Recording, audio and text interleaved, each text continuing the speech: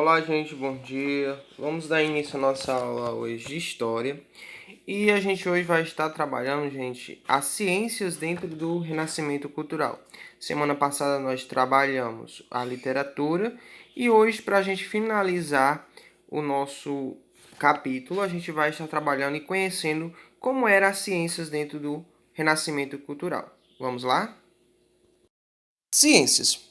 Gente, no Renascimento, muitos cientistas dedicavam-se a observar fenômenos naturais, fazer experimentos, propor hipóteses, testá-las e reavaliá-las.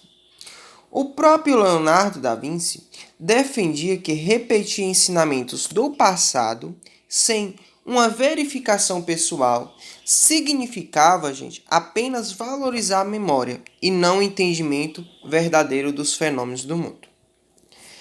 Como a gente está vendo aí, gente, estamos vendo essa imagem que eu coloquei, nós vamos conhecer cientistas daquela época que contribuíram para o desenvolvimento da anatomia e da astronomia. Por seus métodos e descobertas, muito desses cientistas, gente, foram perseguidos e punidos pela igreja. Agora a gente vai conhecer cada cientista. Eu vou estar explicando, falando quem foi cada um, para que vocês possam entender e conhecê-los, cada um deles. Gente, vamos começar aqui anatomia, Vesálio e Seveso. Vamos começar por Vesálio. Essa imagem que você está vendo é dele. Gente, professor, o que é anatomia? Gente, a anatomia é um estudo das estruturas dos seres vivos. Estruturas que conhecemos como sistemas, órgãos e tecidos.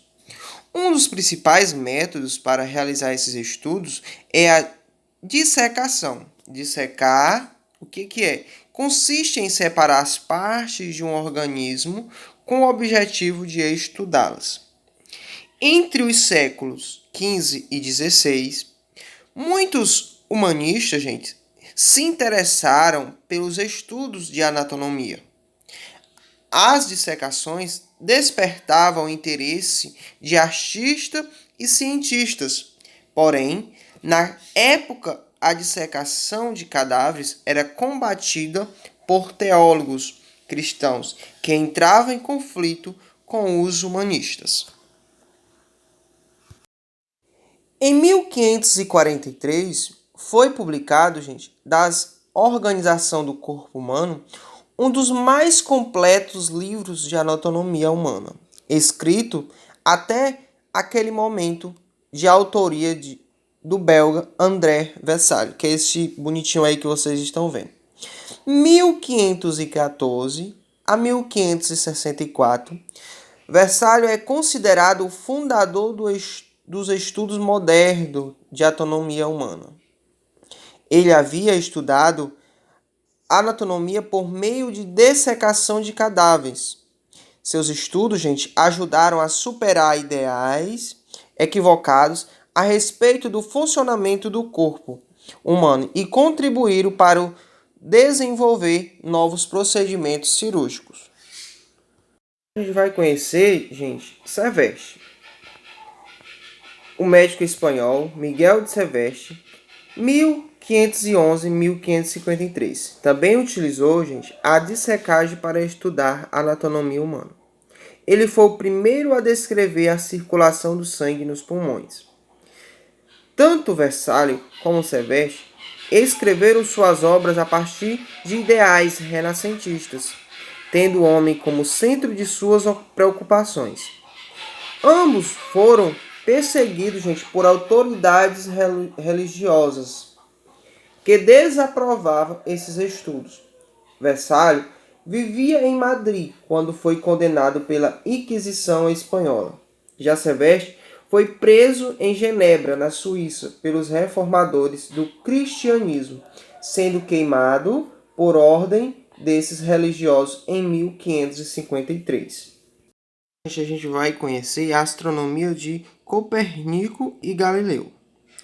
O astrônomo e sacerdote polonês Nicolau Copérnico, 1473 a 1543, gente, propôs a teoria heliocêntrica, segundo a qual a Terra e os outros planetas se movem em torno do Sol.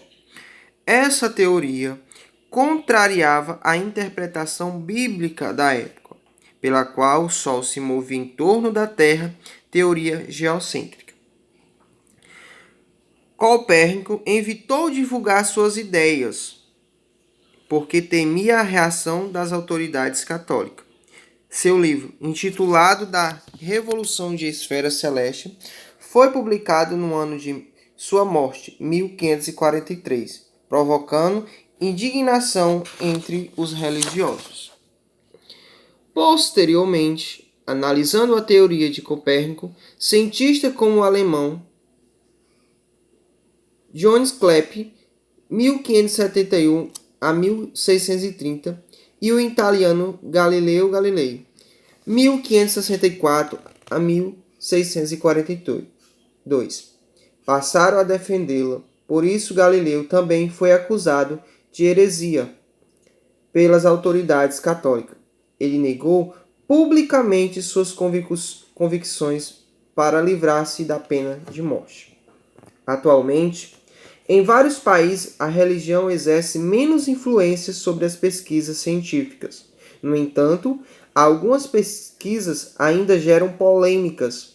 É o caso, por exemplo, daquelas feitas com células-tronco, que podem ajudar no tratamento de pessoas afetadas por doença ou lesões nos órgãos. No Brasil, as pesquisas com células-tronco foram autorizadas pela Justiça em 2008. Mas esse assunto continua dividindo opiniões. Gente, a gente viu aqui que há uma divisão de opiniões entre a igreja e a ciência. Muitas das vezes elas não se batem por ter questionamentos e opiniões diferentes uma da outra. Bom, gente, finalizando a nossa aula por aqui, onde eu trabalhei as ciências e vocês conheceram um pouco dos cientistas daquela época que contribuíram para o desenvolvimento da anatonomia e da astronomia. Se tiver ficado alguma dúvida em relação a eles, vocês podem estar me perguntando, que eu estou aqui para tirar as dúvidas de vocês. Tenham um bom dia, fiquem com Deus, até a próxima aula.